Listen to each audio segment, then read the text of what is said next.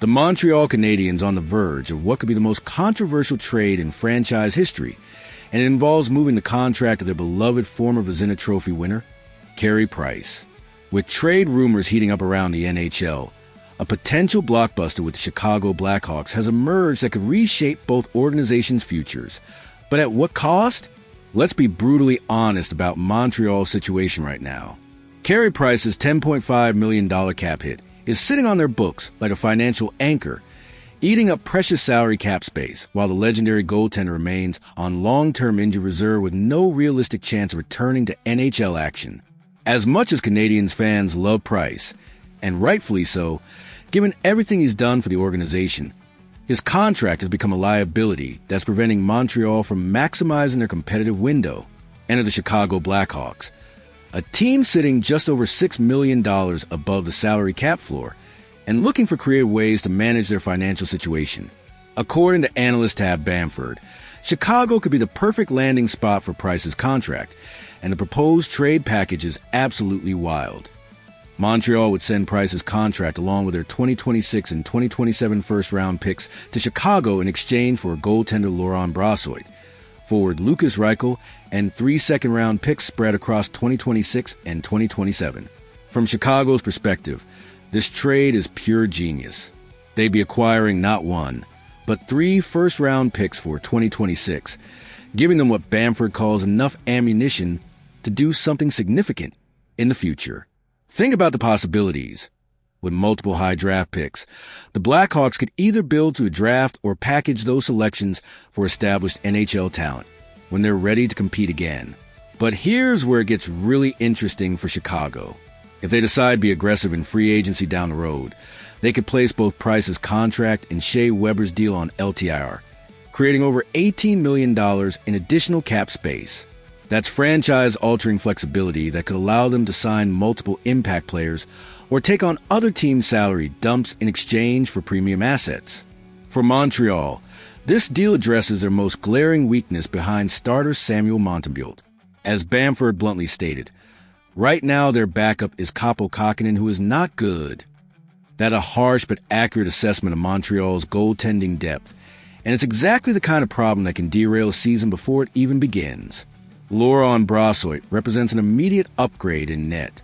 His .911 save percentage last season, combined with his outstanding .927 mark the year before with Winnipeg, shows he's capable of providing reliable NHL goaltending.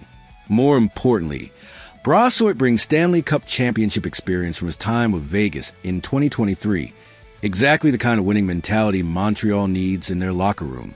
Then there's Lukas Reichel, the intriguing wild card in this potential deal.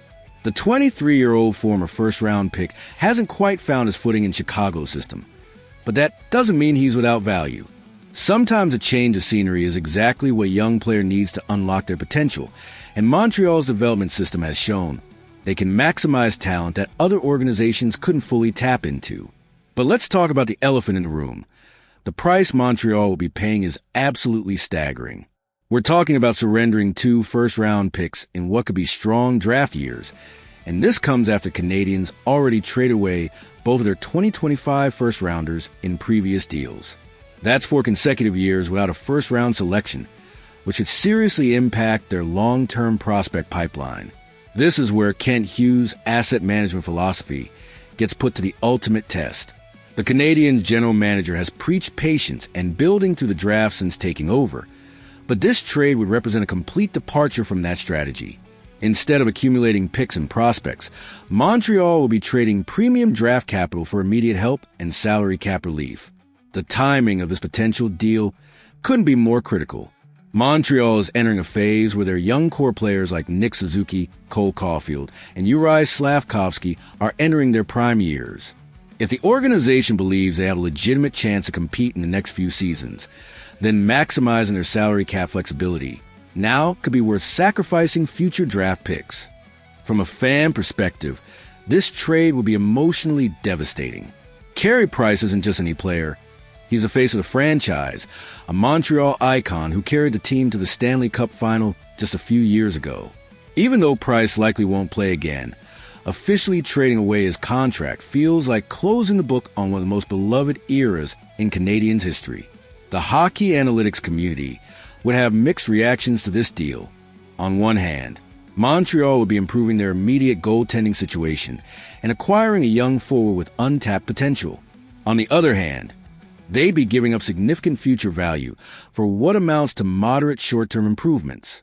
What makes this trade particularly fascinating is how it reflects the different philosophies of both organizations. Chicago is clearly in full rebuild mode, willing to take on salary cap complications in exchange for premium draft assets. Montreal, meanwhile, would be signaling that they believe their competitive window is opening now and they're willing to mortgage some future flexibility to maximize their current roster. The ripple effects of this trade would extend far beyond just the immediate roster moves. If Montreal successfully clears Price's contract, they have significant cap space to work with in future seasons, potentially allowing them to be players in the free agent market or take on other teams' salary dumps for additional assets. But here's the question that keeps everyone awake at night. What if Montreal's young core doesn't develop as expected? What if Brossoit struggles in a larger role? What if Reichel never reaches his potential? Then the Canadiens would have given up 2 first-round picks for minimal return while still being years away from legitimate contention. The pressure on Kent Hughes to get this decision right cannot be overstated. Canadiens fans have been incredibly patient through this rebuild, trusting that management has a long-term plan that will eventually lead to sustained success. This trade would represent the biggest test of that faith yet. As we head toward the start of the season, this rumored deal perfectly encapsulates the crossroads Montreal finds itself at. They can continue building slowly through the draft and prospect development, or they can make bold moves that accelerate their timeline while accepting the inherent risks that come with that approach. What do you think? Should Montreal pull the trigger on this blockbuster trade, or would they be better off staying patient with their rebuild? The decision could define the franchise for the next decade, and hockey fans everywhere will be watching to see which direction Canadiens choose to go.